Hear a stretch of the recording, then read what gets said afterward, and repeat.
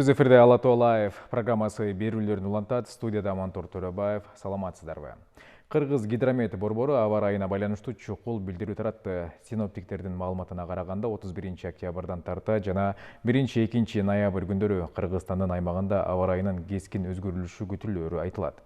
Ошондой эле көпчүлүк аймактарда жаан, тоолуу райондордо кар, чүй, Талас, Ош, Жалал абад, Ысык Көл облустарынын айрым жерлеринде жаан-чачын катуу жаашы күтүлөт деп белгиленет маалыматта. Урматтуу көрүүчү, бул саатыбызда аба ырайынын кескин өзгөрүшүнө байланыштуу ашуулардагы унаа чектөөлөр боюнча кеп кылабыз. Сурообузга жооп алуу үчүн өзгөчө кырдаалдар министрлигинин жарандык коргонуу башкармалыгынын башчысы Алмазбек Асановду чакырганбыз. Саламатсызбы? Кутмандуу күнүңүз менен студиябызга кош келиңиз. Алмазбек Аскерович, мынакей аба ырайына байланыштуу кескин өзгөрүүлөр күтүлөт деп синоптиктер маалымат берип атат. Учурда сиздер тараптан иштер кандай жүргүзүлөт? Дагы жолу саламатсыздарбы?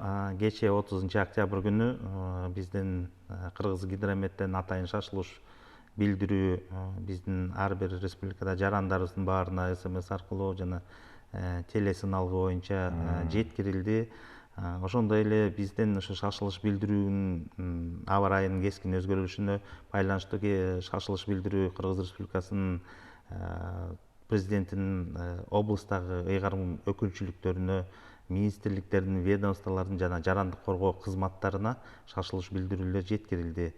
Себептегенде бүгүндөн баштап баарыңыздар билесиздер, аба ырайынын өзгөрүшүн эртең менен эле Бишкекте жаан жаап, ошондой эле азыркы убакта чүй өрөөнүндө, Талас өрөөнүндө бүгүн түнү 1-6 градуска чейин жылуу болот. Эми жерлеринде -2 градуска чейин үшүк жүрүшү мүмкүн.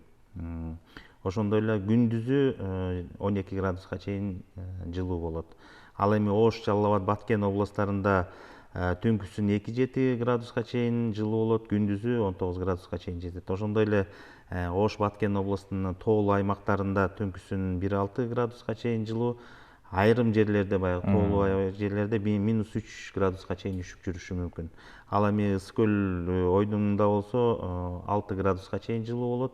Айрым жерлерде -2 градуска чейин үшүк жүрөт. Нарын областында -5 градуска чейин болот. Дыйканчылык аймактарында бирок күндүзү 11 градуска чейин жылуу болуп турат.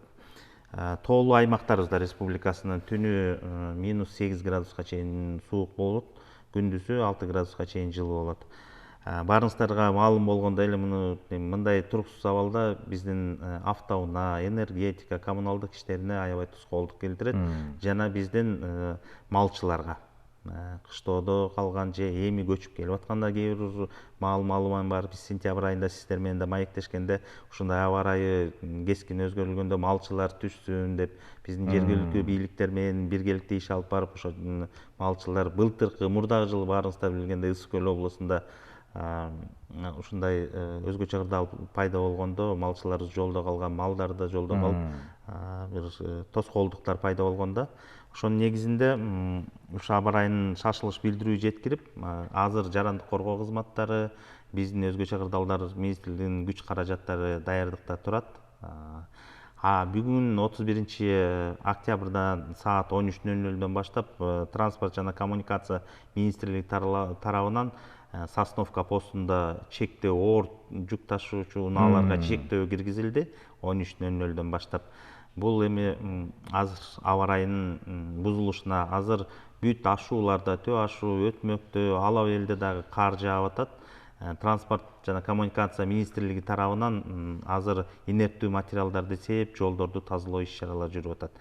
Мына акыркы 2-3 жылдан бери эле биздин жарандар, ошо автоунааны айдап бараткан автоунаанын компанияларынын дагы мындай айталы ээлери, биздин жүргүнчүлөрдү алып бараткан таксисттер дагы канча биздин ушу эскертүүлөргө карабастан дагы жайкы дөңгөлөктөр менен чыгат, ошол жерден анан ДТПлар болуп кетип атат. Мунун баары ошо иштеп аткан транспорт жана коммуникация министрлигинин ишкерлерине, биздин куткаруучуларга бир аябай тоскоолдуктарды келтирет да. Себептегенде биз жеткирип атабыз, мына кышкы дөңгөлөктөрдү Түшүндүрүү иштерин жайкында дагы жүргүзүп, түшүндүрүү иштерин автобокзалдарда дагы автобекеттерде түшүндүрүү иштерин жүргүзүп атабыз, бирок ошого карабастан деле биздин жарандар чыгып кетип атат. Анан дагы эскертип кетчү нерсе биздики ошо алыска жолго чыгып аткандар биздин айдоочуларга кышкы дөңгөлөктөрүн алмаштырышсын, жанына тамак ашы болсун, суусу, күрөгү жана темир чынжырларды бул милдеттүү түрдө деп эсептеймин. Азыр Сосновкадан өтүп аткан автоунааларга ошонун аябай көңүл буруп, бул ички иштер министрлиги тарабынан, транспорттун министрлиги тарабынан да ошо иштер аткарылып атат. Биздин жол жүрүүчүлөр жана мен эскерткендей да дагы бир ошо аралыкты 500 метрди кармоону. Мына бир каар жаса эле биздики төө ашууга жетпей эле баары машинелердин баары эле тыгылып калат да, баягы дөңгөлөктөрүн карасаң бүт эле жайкы дөңгөлөктөр. Кээ бирөө угат, кээ бирөө укпайт, баягы анан кетип баратып эле жолдон токтойт, текшерсең эле ошо дөңгөлөктөрүнө же чынжыры жок. Андан кийин ошо транспорт министрлиги тарабынан машинелер жолго тыгылып калгандарын чыгарыш керек. Ошонун баарын бир тоскоолдуктар, башка жүргүнчүлөргө тоскоолдуктарды келтирет да. Дагы айтып кетчү нерсе бар эле, жана мен айтпадымбы жогоруда, биздин өзгө чакырдалдар министрлигинин өзүнүн күч каражаттары даярдыкта турат деп. Бүт биздин инженерный техникалардын биздин министрибиз генерал-майор Ажыкей Бообекергеевичтин буйругунун негизинде бүт инженерный техникалар жана башка куткаруу техникалардын баардыгы күз кышкы баягы эксплуатацияга өткөн, баардыгы даярдыкта турат. Ошондой эле Сосновка постунда, Арал постунда жыл сайын ушундай машинелер тыгын болуп калганда же ошо оор жүк ташуучу унааларга чектөөлөр киргизилгенде биздин айдоочулар көп убакыттарга да туруп калат. Ошол себептен Сосновка, Арал, Өтмөк постторунда биз атайын жылытуучу жайларыбыз бар. Бул жылытуучу жайларыбызда ичинде мына жакында эле өзүм барып баарын бир сыйрадан текшерип келдик. Ичинде жергиликтүү бийлик менен ошо жолдо калган биздин жарандарга, айдоочуларга, ошолорго ысык чай, тамагы ар дайым даяр турат. Биз ошо посттордо мештер бар, от жагылат да, ичине жылынып, ысык чай ичип, андан ары ошо чектөөлөр алынганда кайра жолго чыкканга. Бул жанакы мен айтып кеткен 3 постто. Бирок биздин азыркы автоунаалар деп айтайын, заманбап автоунаалар. Заманбап автоунааларда жанакы чоң-чоң оор жүк ташуучу унааларда ичинде айдоочунун комфортабельный деп айталы. Ичинде баардыгы бар, ыңгайлуу. Карасаң футболкачан, шымчан жолдо кетип баратышат. Бул эми заманбап автоунаалар деп эсептейм. Бирок ошого карабастан дагы кээ бир биздин айдоочулар баягы жол эрежелерин нарушать этип, ошол себептен анан бир кичинекей кырсыктар болуп кетип атат да. Ошондон ошол себептен биздин куткаруучулар ошо Бишкек-Ош автоунаа жолунун 129 километринде биздин куткаруучулар бар. Берки түндүк тарабын карап турганга жолдун Сосновкадан, андан тышкары туннелдин ичин дагы обслуживать этип карап турушат. Ал эми Бишкек-Ош автоунаа жолунун 154 километринде биздин куткаруучулардын посту бар. Аякта кыш, жай постоянно турушат. Ошол жакта биздин куткаруучулар суткалап 10 күндөн туруп смена болуп күзөт кызматында ар дайым турушат. Ошол күзөт кызматтарында биздин куткаруучулар жол кыймылын же кандай бир машинелердин ДТП болуп калса ошого чыгып куткаруу иш-чараларын аткарып турушат. Алмазбек Аскерович, ошол эле маалда ошол сиздердин башкармалыктын иштерине токтолсок. Негизи башка өлкөлөрдө билебиз, бир жылда 1-2 жолу ошол жергиликтүү тургундар, жарандар менен машыгуу өткөрүү боюнча иштерди алып барат. Бул тарапта сиздер тараптан кандай иштер аткарылат? Жыл аяктап келатат, 2023 жылдын ноябрь айы кирип келатат. Ноябрь айында биздин министрликте өзүбүздүн мерчемдери, пландарыбыз такталып, 20 ноябрга чейин жанакы биз атайын алдын алуу жумуштарыбыз бар. Аларды жерлерди атайын аз комиссия менен карап, жергиликтүү бийликтер менен кайсы жерлерге эмки жылы өзгө чыгырдалардын алдын алууга бир объектилерди, участоктарды карап, ошолорду азыр баарын пландарга киргизебиз. Декабрь айына чейин биз жасап аткан пландардын баарын министрибиз бекитип, ошол планды 24 жылда аткарабыз. Ал эми жанакы биз айтып аткан команда штабтык машыгуулар, атайын машыгуулардын баары ушу ноябрь ичинде биз 24 жылкы планды түзөбүз. Биздин пландарыбыздын баардыгы биздин Кыргыз Республикасынын президентинин жана жарандык коргоонун башчысы болуп эсептелет. Кыргыз Республикасы президенти бизге биздин пландарыбызды бекитип берет. Ошол пландардын негизинде атайын учениялар, машыгуулар, команда штабтык машыгуулардын баары ошо план менен бекитилген графикке ылайык жүргүзүлөт. Төмөндө айтып калдыңыз, ашууларда кар жайт деп. Негизи эле кар жааган жаз, күз мезгилинде атайын атып түшүүлөр дагы уюштурулчу эле. Бул жылы качан уюштурулат? Ушулар жөнүндө айтсаңыз. Эми азыр мына кыш жаңы келип атат. Кудай буйрса бул да кышта жакшы өтөбүз деп ойлойбуз. Себеп дегенде биз жыл сайын эле ноябрь айынан март айына чейин кар көчкүлөрдүн ошо Бишкек Ош унаа жолунда кар көчкүлөрү түшүү болот. Бул биздин Кыргыз гидрометтен өзүнүн атайын биз лавинный станцияларыбыз бар. Көзөмөлдөп турат, качан кар көп болгондо, массасы түшүү маалы келгенде алар анан атайын атууларды жүргүзөбүз. Былтыр мына 22 жылы ноябрь декабрь айларында болгон жок, бирок 2023 жылдын баягы карлардын көптүгү февраль март айына келди. Ошол февраль март айларында анан коргоо министрлиги менен биргеликте атайын карларды мажбурлап түшүрүү иш чаралары жүргүзүлдү. Мындан тышкары техникалар тууралуу дагы айта кетсеңиз, өзгөчө кырдаалдар министрлигине жаңы техникалар менен толукталып, министрликтин техникалары жаңыртылды десек жаңылбайбыз. Туура айтасыз. Мына былтыр 2022 жылы биз атайын өрт өчүрүүчү унааларды Россия Федерациясынан алдык 40 даанасын. Ошону менен биргеле ушул проект менен бул көптөн бери келаткан проектини биздин ишке ашырууну биздин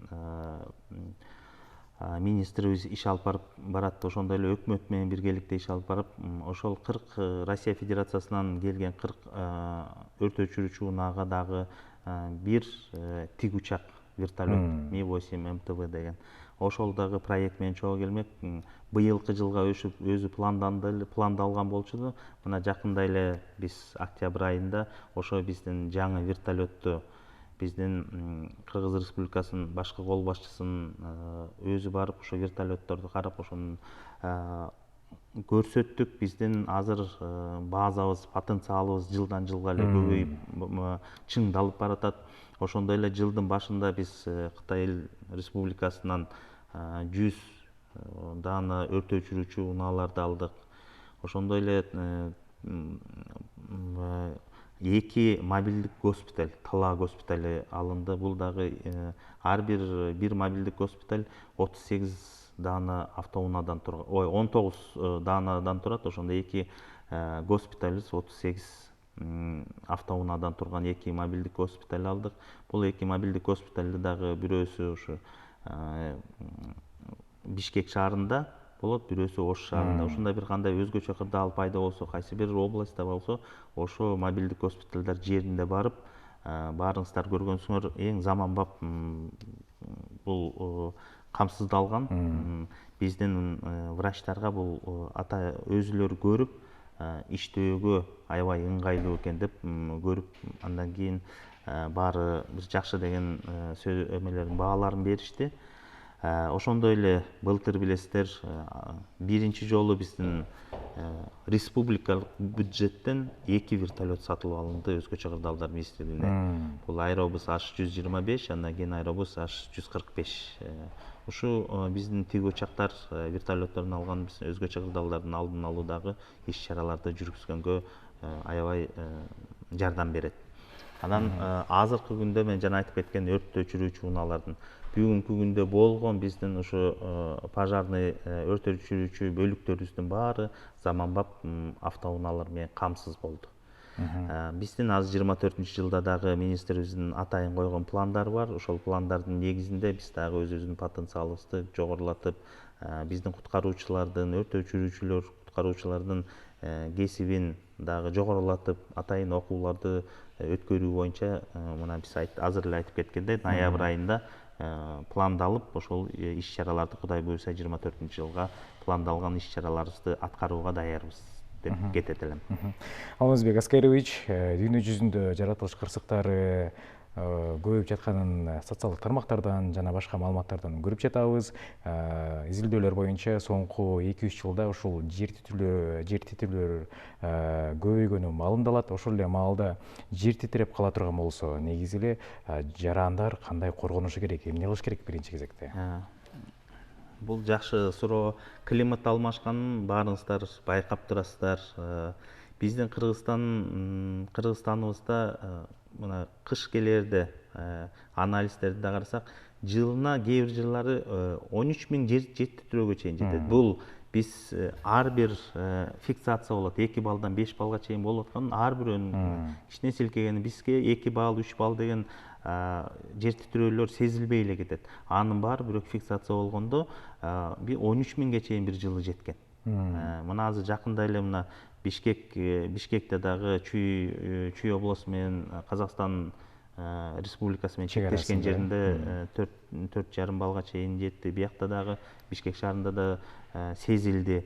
Ошондой эле өзгөчө кырдаалдар бизде эң көп деп саналганы биздики ушу Ош облусу менен Ысык Көл облусунда. Кийин Жалал Абад облустарына кетет. Бирок жер титирөөлөрдүн буга чейин мына тарыхты карасак, ошол эле жакынкылар эле 2009-жылкы, 2011-жылкы, 2014-жылкы Баткендеги, Ош облусундагы, Ысык Көл облусунда болгон жер титирөөлөр. Булар 6 балга чейин жеткен өзгөчө жер титирөөлөр. Эми жер титирөөлөрдүн бир баягы токтолуп кетишим керек болуп атат биздин үйлөрдү салууда. Баягы СНИП деп коебуз. Биринчи биз жеке үйлөрдү айта кетсек, биздин архитекторлор айтат, ар бир үй салып атканыбызда ошо проекттин көрсөткүлө проекттер деп. Биз жарандарыбыз эми ар кандай себептер менен буга мен баа бере албайт экенм, бирок ар кандай себептер менен кээ бирөөнүн акча каражаты жетпегенде ошо проекттин чийдире албайбыз, өзүбүз эле кагазга чийип мына мындай болот дейчи, бир прораб айтат, ошонун негизинде анан кээ бир үйлөрүбүз СНИПке туура келбей талапка жооп бербейт. Талапка жооп бербегендиктен анан кээ бир жер титирөө болгондо ошо үйлөрүбүз биз жаранка кетип урап калып атат. Чоң үйлөр, этаж үйлөр, көп кабаттуу үйлөр салынып атат. Алардыкы дагы көптөгөн экспертизадан өтүп туруп андан кийин салынат. Дагы ушу үй салып кетип атканда мен ушу кандай өзгөчө кырдаал болбосун дагы биздин жарандарга айта кетет элем, камсыздоо кылыш керек биринчиден. Мына 2014-жылдан баштап мурун суда деп койчу элек. Биздин жарандар ошо өзгөчө кырдаал болуп, же жер титирегенде бир кайсы болсо үйү урап, же үйүндө жаранка кеткенде атайын комиссия текшерип, анан бул ошо жаранга өкмөт тарабынан жардам катары суда берилчү. Корутундун негизинде. Корутундун негизинде атайын суда берилип 20 жылга чейин берилчү эле. 200 000 же болбосо кайтарамыз 50 000 берилчү. Бул ушунун баары камсыздоо киргенде, бул 2014-төн баштап азыр биз үйлөрүбүздү камсыздаш, өзүбүздүн коргоо үчүн страховка кылышыбыз керек. Анын баасы деле көп эмес. Мен айтып кетет элем, жерлерге барганда дагы өзүбүздүн сабактарды өткөргөндө да биздин жарандарга жеткирем. Айыл жергесинде 600 сом. Бул эми бир жылга деген 600 сом. Если бир ушу өзгөчө кырдаал болуп, үйүңүзгө бир кандай жарака кетип же кандай болуп, өзгөчө кырдаалдын себебинен эме болсо 500 000ге чейин. Ами шаар жергесинде 1200ге чейин төлөп бир жылга 1 миллионго чейин алса болот. Ошон үчүн биздин жарандарга айта кетет элем, үйлөрүбүздү камсыздоо зарыл экен деп. Алмазбек Аскарович, сизге чоң ыраазычылык билдиребиз. Өзгөчө кырдаалдар министрлигинин жаңы техникалары, аба ырайы тууралуу маалымат бергениңизге, ишиңизге ийгиликтерди каалайбыз. Рахмат. Ардактуу телекөрүүчү, Ала Тоо Лайв программасында өзгөчө кырдаалдар министрлигинин жарандык коргонуу башкармалыгынын башчысы Алмазбек Асанов менен маек жүргүздүк. Бизден алыстабаңыздар.